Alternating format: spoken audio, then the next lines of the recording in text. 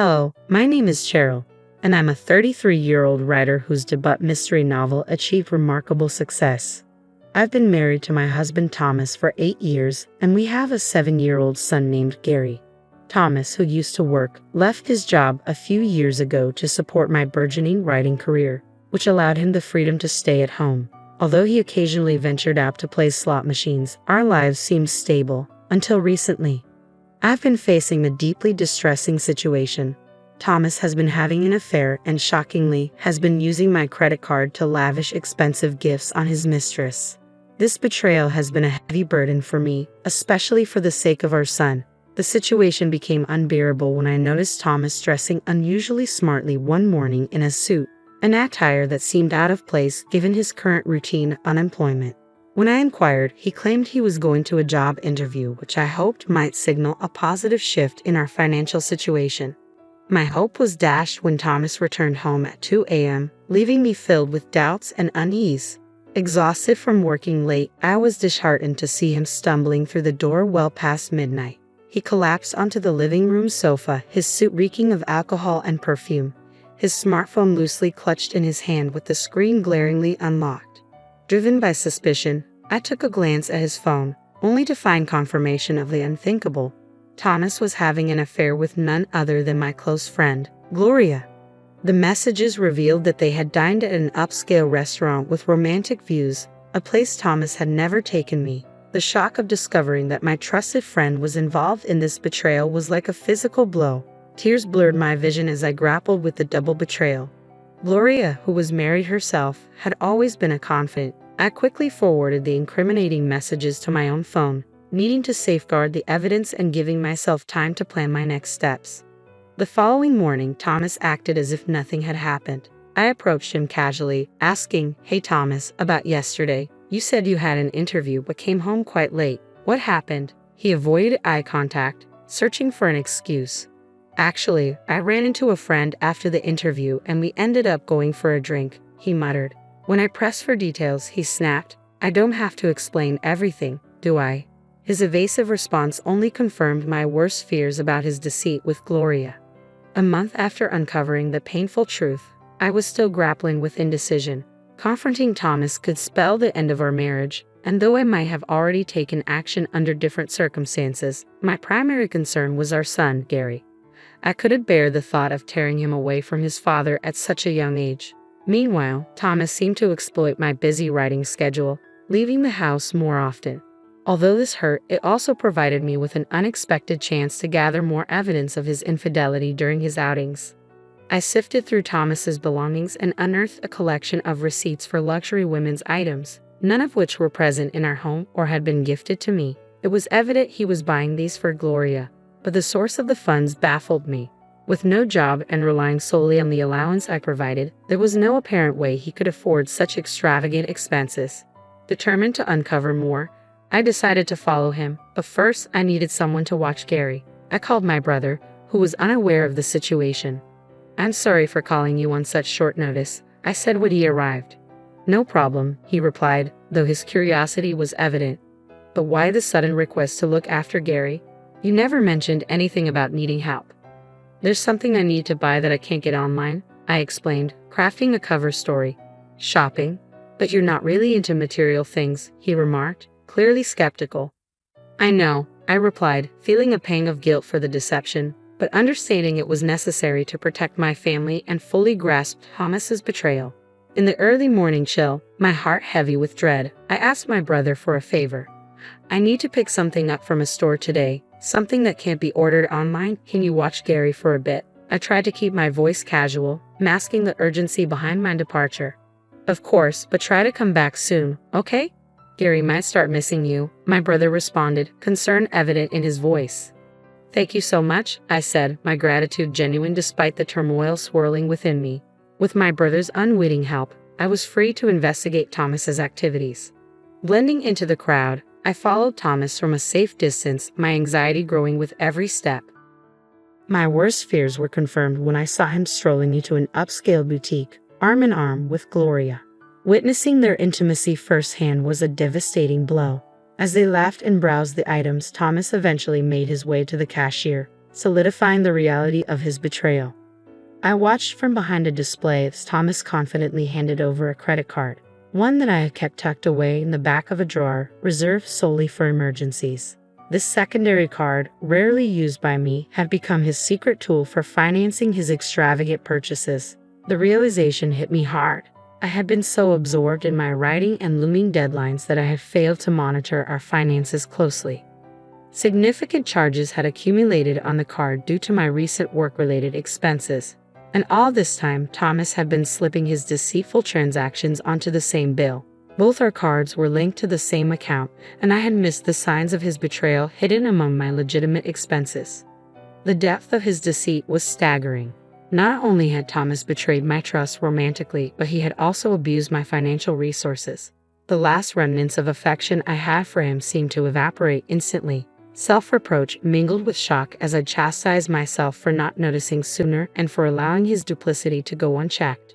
The realization of his double betrayal was a bitter pill to swallow, marking a turning point in how I viewed our marriage. Despite the crushing evidence, I struggled to find forgiveness in my heart. With a heavy heart, I discreetly photographed his intimate moments with Gloria before heading home. In the days that followed, I channeled all my energy into devising a plan to confront him. Whenever he was out, I scored his PC for more clues. Since his phone and computer were linked, I could access their communications with ease. It wasn't long before I uncovered plans for a getaway with Gloria over the upcoming holiday, a 6-day trip. "This is my chance," I muttered to myself, a mix of resolve and despair coloring my thoughts. I planned to confront Thomas and settle matters while he was away with his lover. However, I faced a significant obstacle: our son Gary. I needed to shield Gary from the painful truth about his father's affair, and carrying out my plan without him catching wind of any details was going to be tricky. Reluctantly, I decided to enlist my brother's help once more.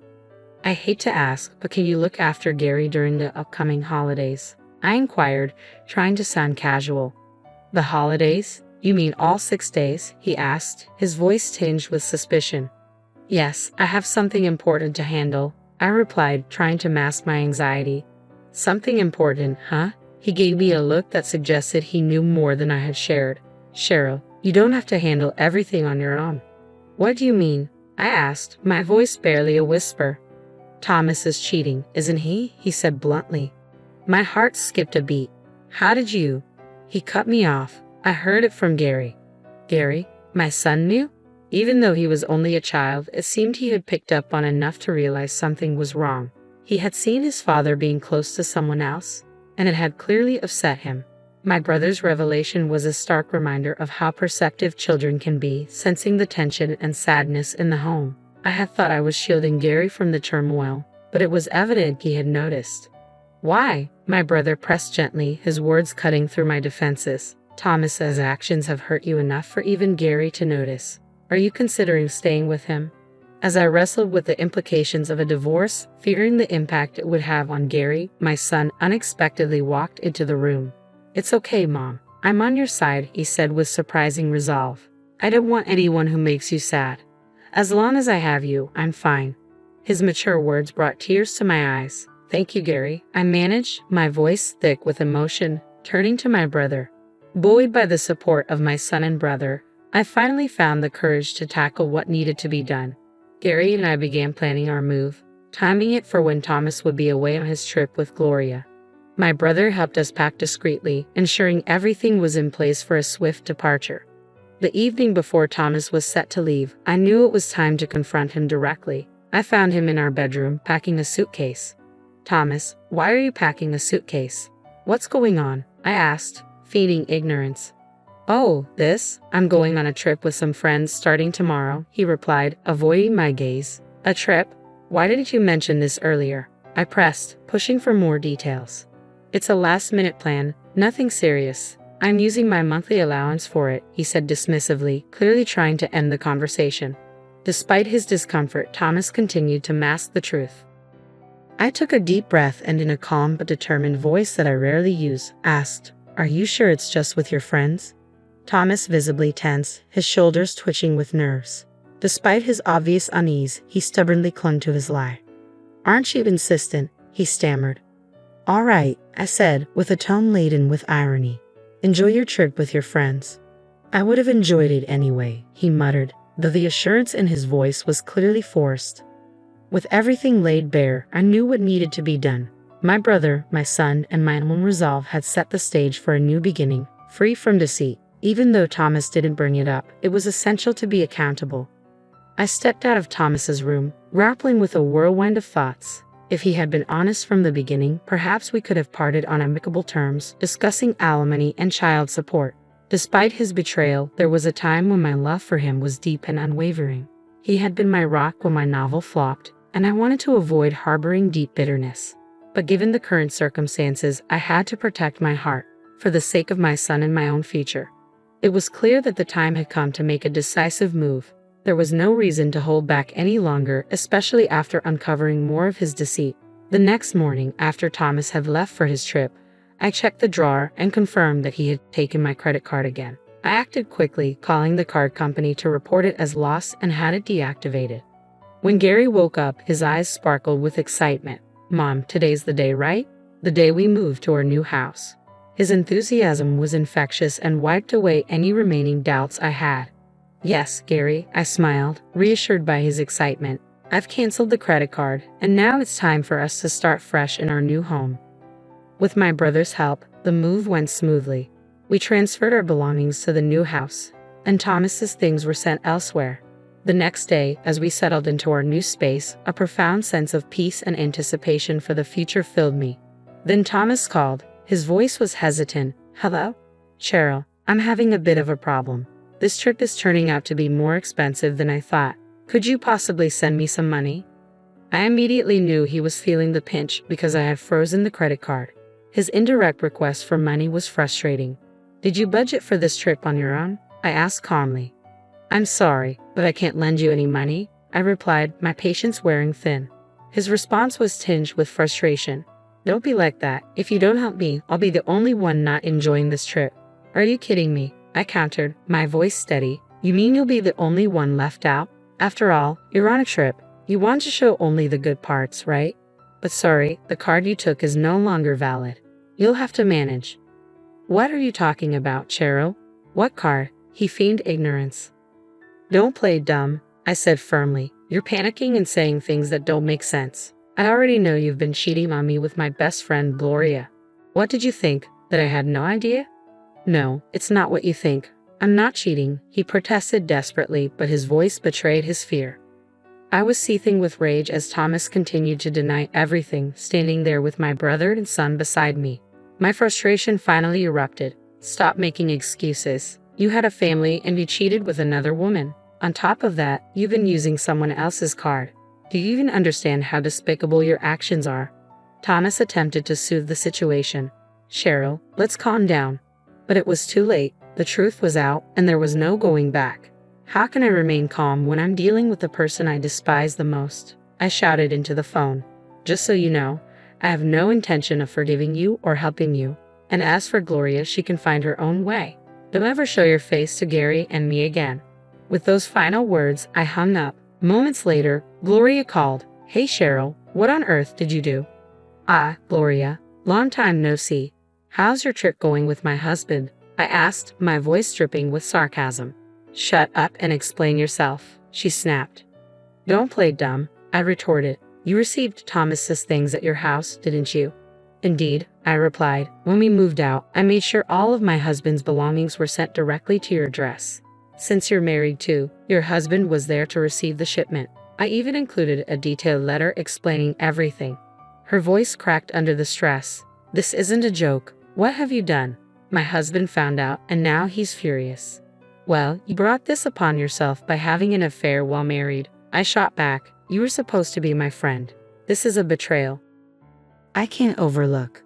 "You're the worst. I misjudged you," she accused. "Excuse me," I fired back. "That's rich coming from you. My best friend having an affair with my husband. How could you expect any forgiveness?" "I didn't mean it seriously. It was just a joke," she tried to downplay. "I would never actually be interested in someone like him." "I don't care if it was a joke or not. I'm filing for divorce, and yes, you did have an affair. That's a fact. I'll never forgive you, and I'll be seeking significant compensation, so be prepared." "Compensation? What are you talking about? I didn't agree to anything like that, she protested. Well, you're going to hear about it soon enough. It's what you deserve, I concluded as she began to realize the gravity of the situation. I'm a housewife. I can't pay any compensation, she pleaded desperately. I don't care. Figure it out yourself or ask your husband, though I doubt he'll be much help, I said sharply. Oh, and goodbye. I hung up before she could respond and immediately blocked her number. Later, I contacted my lawyer to finalize the divorce and sought compensation from both Thomas and Gloria, along with child support. I also demanded repayment for the unauthorized credit card charges. The financial strain was too much for Gloria's marriage. After settling the compensation, her husband filed for divorce and she found herself without a home. She sought refuge with her parents, but they, disheartened by her actions, turned her away. With limited options, Gloria now lives where she works, taking up night shifts at a local bar. Thomas, too, sought solace with Gloria during this turbulent time. However, overwhelmed by her crisis and furious with him for causing her divorce, she ended their relationship. Thomas now juggles several part-time jobs, struggling to make ends meet. His prolonged unemployment has hindered his ability to find stable work. Should he fall behind on alimony or child support payments, I am prepared to pursue what he owes without hesitation. As for me, life has settled into a peaceful rhythm in our new home with my son. He's growing up fast, and each day brings new joys and adventures. My primary focus is on providing him with all the love and stability he needs, ensuring he never has to face the kind of turmoil we've gone through again. Our days are brighter now, and I'm committed to making sure they stay that way.